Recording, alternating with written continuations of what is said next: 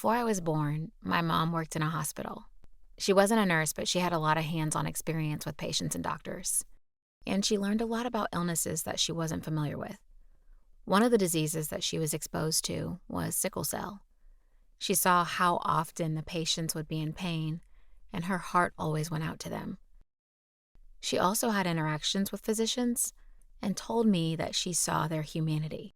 She heard their conversations, and she realized early on that they weren't God.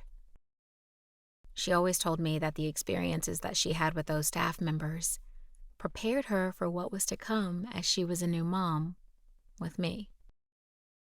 Every newborn baby gets screened for all kinds of genetic diseases once they're born. And about 3 weeks after I was born, my mom got the call telling her that I was diagnosed with sickle cell. When I asked her how she felt about it, she said, "I just knew I had to protect you. I had to keep you safe, and I wasn't going to let those doctors do just anything." When I was around 5, I can remember my mom instilling in me the importance of being my own advocate. When I was sick, I remember her questioning everything. The doctors and nurses probably hated to see her coming because she asked questions about every protocol, every medicine, and there were times where she flat out told them that they would not be doing X. A doctor might try to persuade her that I needed a certain treatment, but she always did her own research, and she paid attention to me as an individual. Early on, they wanted to start me on high doses of narcotics, and she would tell them no.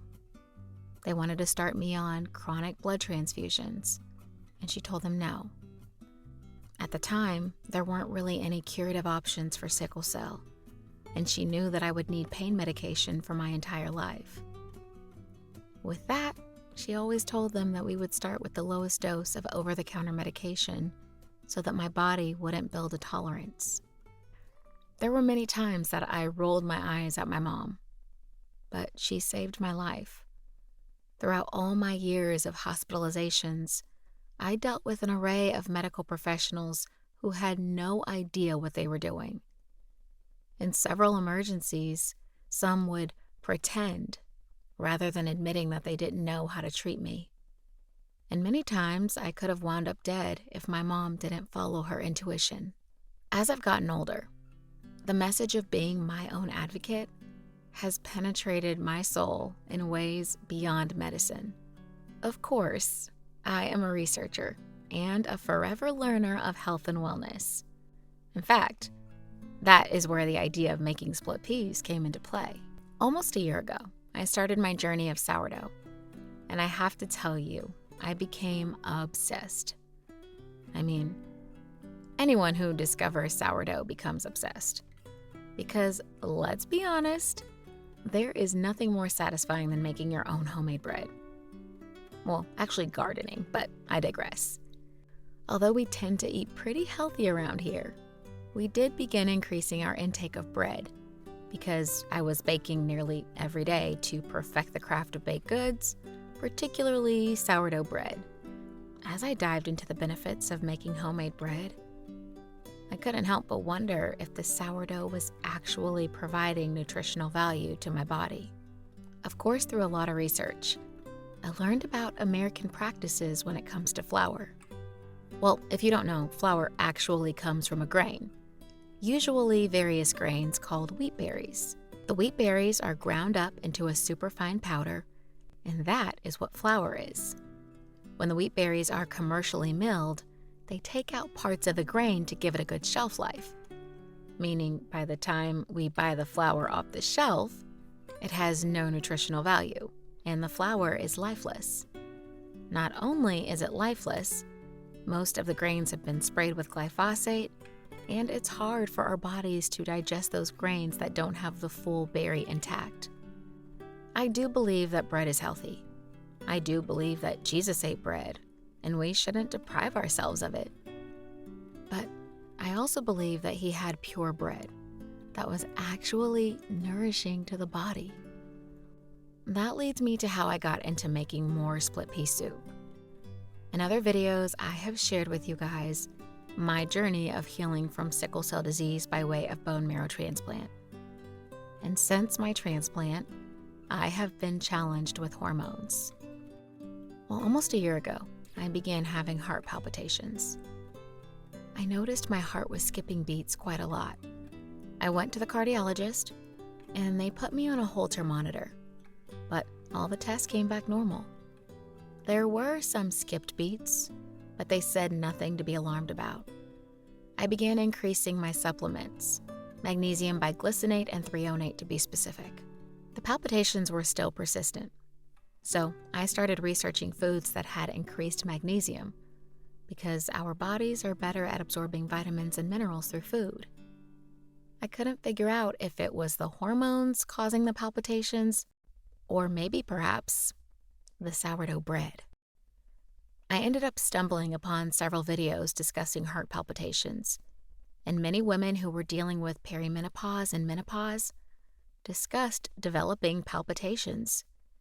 And over and over and over again, I read comments of them saying that once they cut wheat, processed flour, and sugar out of their diet, that the palpitations subsided.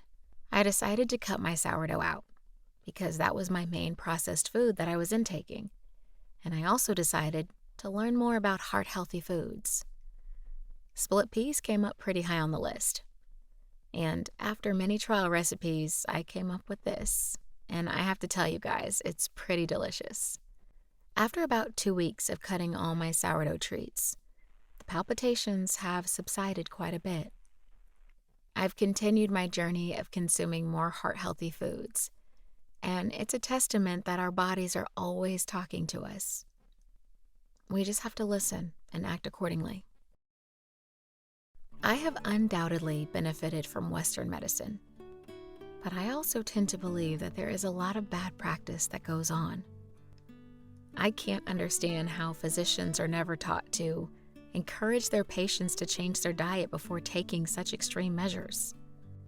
I imagine if I never did my own research on the correlation between diet and hormones, that my cardiologist would have continued to take unnecessary measures. Being your own advocate is one of the most important lessons to learn in life.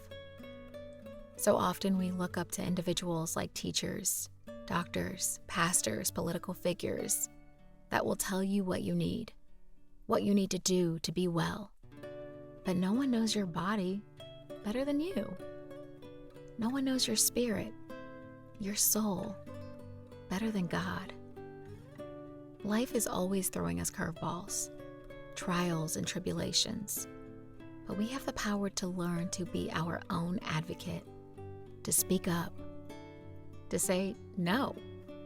I think a big part of self-advocacy is being able to trust yourself. Being able to make a decision without asking 100 people for their opinion. I have definitely been guilty of this, looking for validation outside of myself.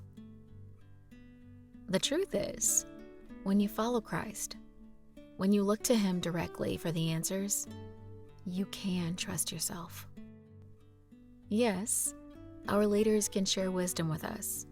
They can provide us with all the advice in the world. But no one knows you better than your Creator. We just have to pay attention. How often are our bodies speaking to us? They tell us what's wrong. We just have to pay attention. How often does our soul feel uneasy around certain individuals? But we ignore it. We shrug it off. And sometimes we find ourselves in a mess of a situation because we didn't trust our spirit within. One of the most detrimental actions an individual can take is betraying their own trust. I learned this invaluable lesson firsthand through the unwavering example set by my mom. Time and time again, when faced with decisions regarding my health directed by medical professionals or educators, she prioritized her intuition, her faith in God. It was a decision-making compass she trusted implicitly, a gut feeling she followed with unwavering resolve. While her choices weren't always immediately comprehensible to me, and admittedly, they weren't always perfect, her steadfast reliance on her inner guidance proved to be a beacon of wisdom. In hindsight, I realized that her intuition wasn't just a mere whim. It was a force that safeguarded my well-being. It taught me the profound importance of learning to trust myself, to cultivate a deep connection with my inner knowing, even in the face of uncertainty or skepticism. For in those moments of doubt, it's our intuition that often holds the key to clarity and direction, guiding us towards the paths that resonate most authentically with our true selves. As I reflect on the journey that led me to where I am today, one thing stands out above all else: the importance of self-advocacy. It's a lesson my mom instilled in me from a young age, and one thing that has only grown in significance as I've navigated through life's challenges. You see, being your own advocate isn't just about questioning doctors or challenging medical protocols.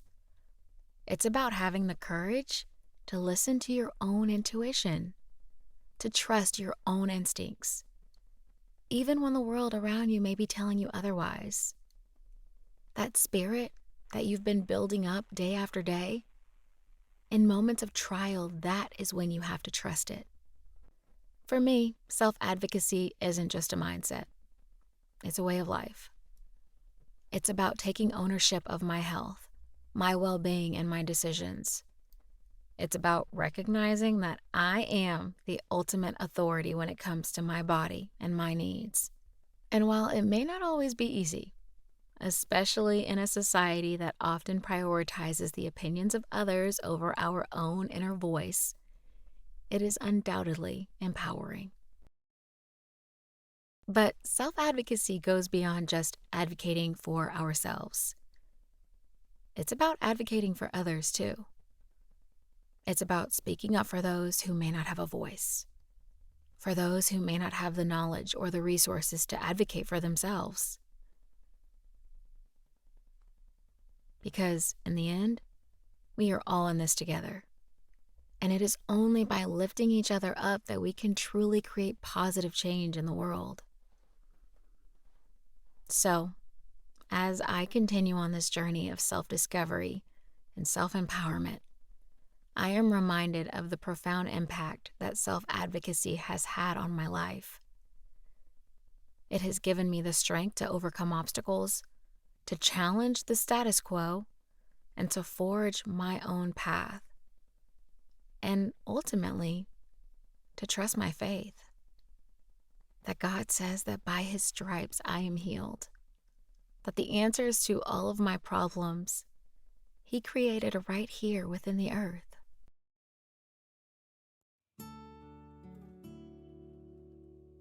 Galatians 5:14 through 19.